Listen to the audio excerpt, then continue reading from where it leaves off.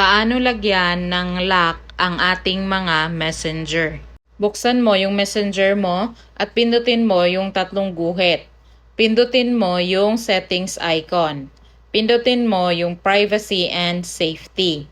At pindutin mo yung app lock.